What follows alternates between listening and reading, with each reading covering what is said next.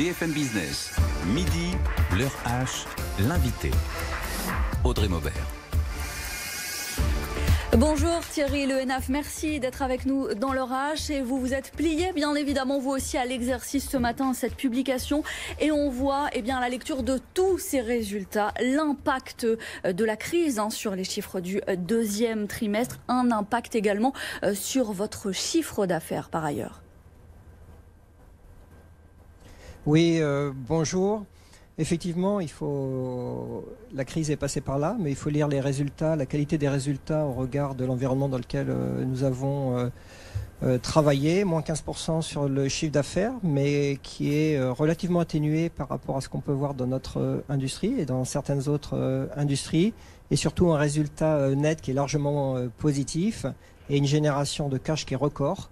Donc Arkema paradoxalement ressort de ce deuxième trimestre, qui est un peu le trimestre de tous les dangers, plutôt en très bonne forme, même s'il faut rester prudent bien entendu sur le développement du Covid et le développement de la macroéconomie sur le reste de l'année. On va le voir avec vous en détail bien évidemment sur tous les points que vous avez soulevés à l'instant. On voit donc la solidité d'Arkema. Est-ce que ça a été pénalisant ou finalement ça a aidé à être plus solide d'avoir 45% de la production par exemple en France? Est-ce que l'ancrage en France ou alors c'est la diversité des marchés, la diversité des zones qui vous a plutôt soutenu cette fois?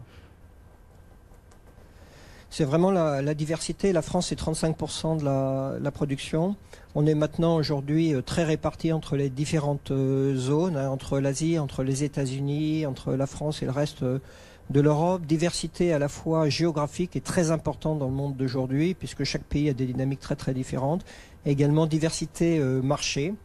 Certains marchés ont bien performé finalement de manière un petit peu paradoxale, mais bien entendu le médical en est un exemple. Et d'autres marchés ont beaucoup souffert comme l'automobile. C'est vraiment la somme de nos marchés qui nous permet dans ce deuxième trimestre finalement d'avoir une baisse de chiffre d'affaires certes qui est importante, mais en tout cas, comme je le disais tout à l'heure, plutôt raisonnable par rapport à ce qu'on peut voir par ailleurs. C'est cela, en fait, quand il y a une zone géographique qui était pénalisée, par exemple l'Asie en premier lieu, les États-Unis ensuite, elle était compensée par une autre zone. Et pareil pour les secteurs, c'est ce qui a joué dans votre stratégie et dans votre solidité actuelle.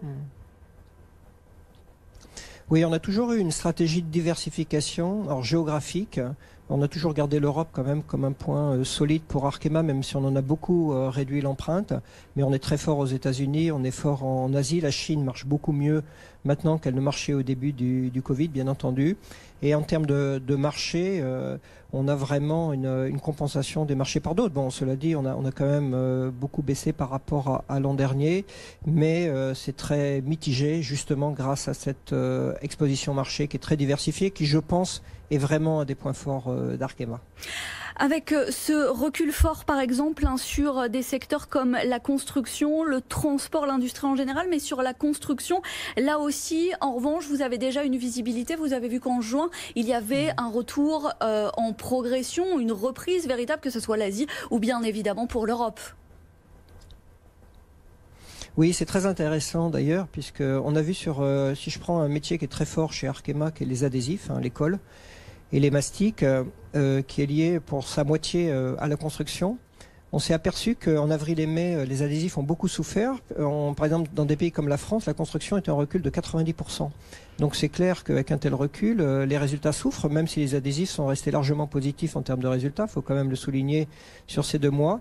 Et en juin, par l'effet mécanique du déconfinement, du retour vers les distributeurs professionnels et également vers les distributeurs de bricolage, on s'est aperçu que en fait, les résultats de nos adhésifs revenaient quasiment au niveau de l'an dernier. Donc effectivement, on est sensible dans certains métiers de nos métiers à ce secteur de la construction et on a vu un effet très très mécanique.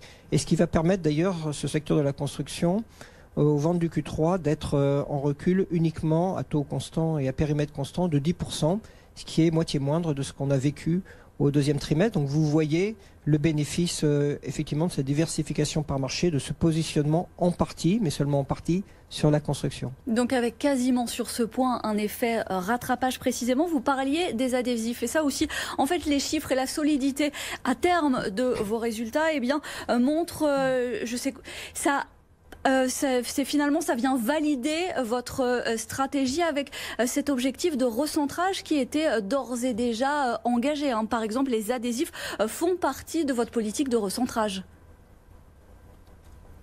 Oui, tout à fait. Ça a été un pari il y a quelques années, mais un pari qu'on savait gagnant. C'est un métier formidable, qui est encore très fragmenté, sur lequel il y a une grande possibilité de croissance, qui est très résilient dans la durée.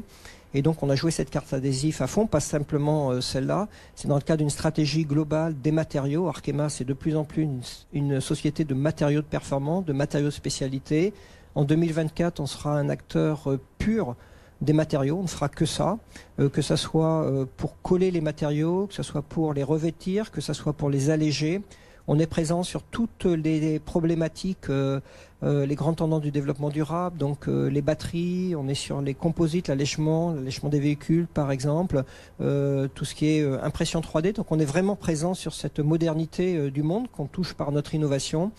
Et donc c'est sûr que ça nous protège lorsqu'on est dans des univers plus difficiles, parce que notre innovation permet, et cette diversification technologique nous permet justement de pouvoir répondre aux défis du monde d'aujourd'hui. Donc d'un côté, c'est le choix de matériaux à forte valeur ajoutée, avec sans doute une marge solide, et de l'autre côté, le choix de l'innovation. Est-ce que là, même si c'était déjà engagé, est-ce que la crise a joué le rôle d'accélérateur, comme on l'a vu dans d'autres entreprises et dans d'autres domaines ? Alors le premier point, c'était de ressortir de cette crise, même si la crise n'est pas loin d'être complètement finie, en forme. C'est le cas d'Arkema, de façon justement à garder les flexibilités financières, à la fois pour pouvoir investir dans l'innovation, à la fois pour investir sur de nouveaux sites. On a de grands projets industriels, notamment en Asie et à Singapour, par exemple. Et également de pouvoir continuer notre politique d'acquisition. Donc Arkema en a les moyens, c'était déjà un prérequis. Et derrière ça, je suis d'accord avec votre déclaration, c'est-à-dire que la crise permet justement d'avoir une accélération d'innovation. Nos clients, pour répondre à la crise, sont de plus en plus friands d'innovation, de rupture technologique. On le voit dans l'automobile, mais dans d'autres secteurs comme le sport, comme l'éolien. Et Arkema a énormément de cartes à jouer grâce à son repositionnement sur les matériaux de spécialité. Vous avez fait le choix en amont d'une réduction de coûts. Vous vous retrouvez avec une génération de trésorerie conséquente. Là aussi, ce sera un coup de pouce pour affronter les prochains mois. Et quelles sont les perspectives justement pour ces prochains mois ? C'est toujours avec une certaine incertitude. C'est clair que l'incertitude reste. Alors on a un peu moins d'incertitude qu'on avait au début du Covid. Je voudrais d'abord rendre hommage à nos salariés, parce que les réductions de coûts, la génération de cash, c'est vraiment au travail et à l'engagement de tous nos salariés. Par rapport aux prochains mois qui se projettent devant nous, nous avons souhaité donner une indication de chiffre d'affaires pour le troisième trimestre, qui montre que même si c'est incertain, on arrive quand même à pas mal contrôler l'évolution du chiffre d'affaires. Donc c'est le fameux moins 10% par rapport à une base qui était élevée l'an dernier, qui a plutôt rassuré les marchés. D'ailleurs, quand on voit la réponse du cours de bourse d'Arkema aujourd'hui par rapport à un marché qui est quand même globalement rouge. Donc effectivement, il faut rester prudent, il faut rester à l'écoute, il faut savoir que le Covid est encore pas loin et que donc il va falloir vivre avec ça pendant un certain temps. Mais progressivement, on espère rattraper quand même la base de résultats et de chiffre d'affaires qu'on avait pu avoir l'an dernier, grâce à tout le travail qui est fait, notamment celui dont on vient de parler, qui est de réduction de coûts, mais aussi d'innovation sur des secteurs nouveaux. Et tout ça, ça va se conjuguer avec la poursuite de certaines acquisitions d'un côté, mais cessions de l'autre. Qu'en est-il, parce que c'est revenu sur le devant de la scène, des fameuses activités PMMA, le fameux plexiglas? Est-ce que ce sera bientôt cédé? Est-ce que vous y pensez? Est-ce que ça peut être une vente, comme ça a été déjà évoqué, à 1 milliard d'euros? Alors on a été très clair lorsqu'on a fait une journée investisseur il y a début avril en fait, qu'il y aurait beaucoup d'acquisitions par Arkema, mais également des cessions. Notamment nous allions explorer la cession du PMMA, qui est un beau matériau, mais peut-être pas tout en haut de la pyramide des polymères, donc de la pyramide des matériaux, contrairement par exemple à un autre matériau d'Arkema qui est le polyamide 11, qui est un polymère biosourcé très élevé en termes de performance. Donc c'est un beau matériau, le PMMA, mais pas tout en haut de la pyramide. un matériau plus intermédiaire, moins résilient en termes de résultats que peuvent l'être les matériaux de spécialité d'Arkema. Donc nous avons décidé d'en explorer la cession. On vient juste de démarrer, hein. On a contacté une banque qui va nous aider justement pour pouvoir mener à bien cette cession. Ça prendra un certain temps, on est quand même dans le Covid, hein, donc les choses sont plus au ralenti d'un point de vue cession qu'elles pouvaient l'être avant, mais on est déterminé et on va le faire à notre rythme. Mais en tout cas, ce qui est clair, et on l'a confirmé, c'est qu'on a lancé le processus. Avec derrière toujours... ça, oui, il y a l'autre volet qui est le volet... Pardon, oui, allez-y, oui. Donc toujours dans cette logique, bien évidemment, de vous concentrer sur les matériaux de performance.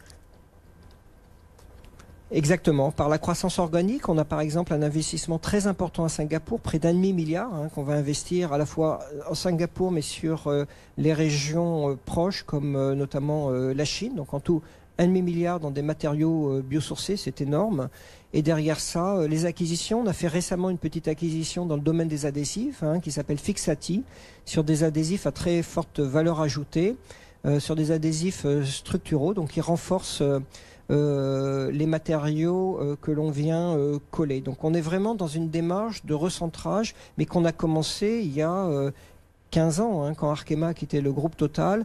On a eu de cesse de recentrer Arkema vers ce qui était notre projet à très long terme, qui était les matériaux. C'est une vision, on en était très très loin, hein, il y a 15 ans, mais c'est une vision qui s'est définie comme un puzzle, hein, qu'on a comblé progressivement et qui nous permet d'affirmer que dans maintenant 4 ans, donc en 2024, Arkema sera un acteur pur des matériaux spécialités avec une haute performance et une capacité à croître qui est très très forte. Et pour ça, il faut faire aussi des acquisitions. Et donc, c'est ce qu'on est en train de faire, notamment sur les adhésifs. Une dernière question, Thierry Le Hénaff. Vous parlez d'investissement, notamment à Singapour. Vous êtes ancré, bien évidemment, d'ores et déjà en France. Est-ce qu'on peut envisager sur la thématique, on a beaucoup parlé pendant la crise de relocalisation, de réindustrialisation. Est-ce qu'on peut envisager qu'il y ait de nouveaux investissements en France d'Arkema ? En fait, pour nous, c'est une question un peu paradoxale dans la mesure où on n'a jamais cessé d'investir en France, y compris des investissements de développement. La France représente à peu près un tiers de nos investissements. Donc on investit entre 150 millions d'euros et 200 millions d'euros par an en France, hein, ce qui est très important. Donc de ce point de vue-là, en plus, on n'a jamais délocalisé. En fait, on suit nos clients. On investit là où il y a de la croissance, et de la croissance, il y en a en Europe. Donc on continuera avec une croissance équilibrée de nos investissements, que ce soit en Asie, bien entendu, vous avez parlé de ce site qui sera vraiment un projet formidable, mais également aux États-Unis et en France, qui est un peu quelque part la plateforme principale pour l'Europe. Bon, pour ça, il faut que la France soit plus compétitive, hein, en termes de coûts.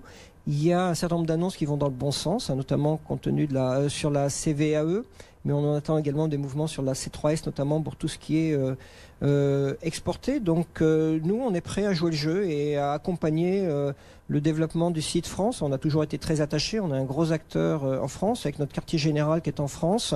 On met le savoir-faire français en avant en permanence, mais d'un autre côté, on est aussi un groupe global qui a su, aux États-Unis et en Asie, avoir des positions de leader. Donc c'est ce qu'on va continuer à faire, mais on saura continuer à innover en France. Je voudrais également mentionner que la France est quand même 70% de notre potentiel de recherche et développement, ce qui montre qu'on peut être une société globale, mais une société qui mise beaucoup sur la France pour tout ce qui est technologie.